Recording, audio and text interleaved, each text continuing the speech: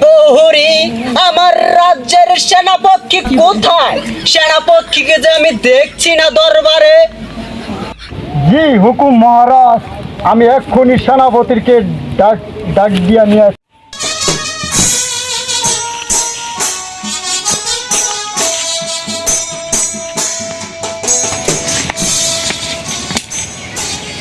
জাহাপনা, আপনি কি আমাকে ডেকেছেন? এই সেনাপতি, তুমি কই থাকো সারাদিন? জাহাপনা, আমি আপনার চোখে ফাঁকি দিয়ে একটু বিড়ি খেতে গিয়েছিলাম। এই সেনাপতি, আমার এই কাশিমপুর রাজ্যের কি হাল! রাস্তাঘাট হয়ে গেছে খাল, প্রজারা খাচ্ছে কি বাল। জাহাপনা, আপনার এই কাশিমপুর রাজ্যের খুব ভালো অবস্থা। 3 বেলার ভিতর 2.5 বেলা না খেয়ে আছে আপনার প্রজা, আর 2.5 বেলায় একটা রুটি 3 জনে ভাগ করে খাচ্ছে। কেন কেন কেন? আমি গত 3 দিন আগে যে তোমাকে 5 কেজি আটা দিলাম, সেই আটা কি তুমি আমার এই প্রজাদের মাঝে বিলিয়ে দেওনি? না না না, আপনি যে আমাকে 3 দিন আগে 5 কেজি আটা দিয়েছেন, সেগুলো আমি পরোটা বানিয়ে খেয়েছি। কি বললে তুমি নিষ্ঠুর সেনাপতি? আমার এই রাজ্যের প্রজারা না খেয়ে আছে, আর তুমি 5 কেজি আটা দিয়ে পরোটা বানিয়ে খেয়েছো? এই কোথায় গেল প্রহরী?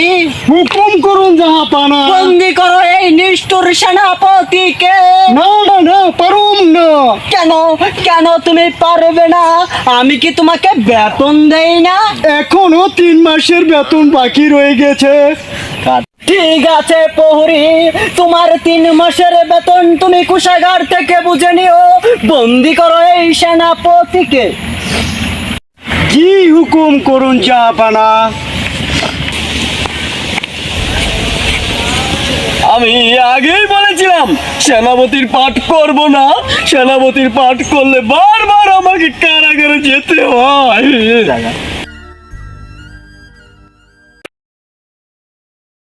এই সেনাপতি, আমার আগের সেনাপতি আমার সাথে বিশ্বাসঘাতকতা করেছে, তাই তার স্থান হয়েছে এই অন্ধকার কারাগারে।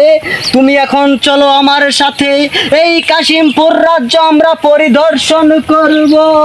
ঠিক আছে জাহাপানা, তাই চলুন তাই চলুন।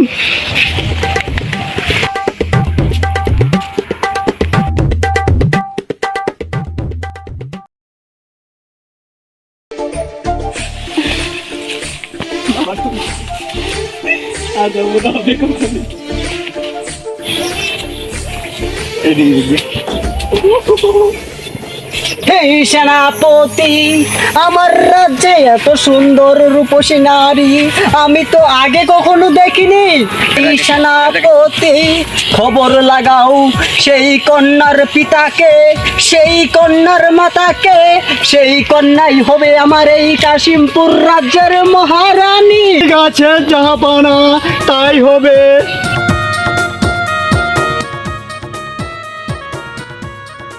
রানী, আমি কি আসতে পারি? আসেন আসেন সেনাপতি মশাই। মহারানী, আপনাকে কিছু আমি বলতে চাই। বলেন বলেন সেনাপতি মশাই, আপনি নির্ভয়ে বলতে পারেন। তাহলে শুনুন মহারানী, রাজা মশাই আগেও 6টি বিবাহ করেছিল, আপনি হলেন 7 নাম্বার। আগের 6টা রানী বন্দি আছে ওকার কারাগারে।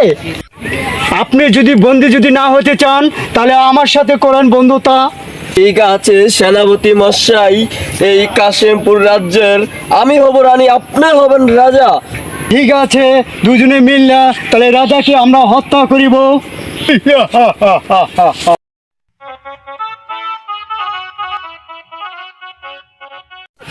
কি সেনাপতি মশাই, আমার খেয়ে আমার পরে আপনি আমার বুকেই ছুরি চালাচ্ছেন? মহারাজ, আপনাকে হত্যা করে এই কাশিমপুর রাজ্য আমরা দুজন শাসন করব।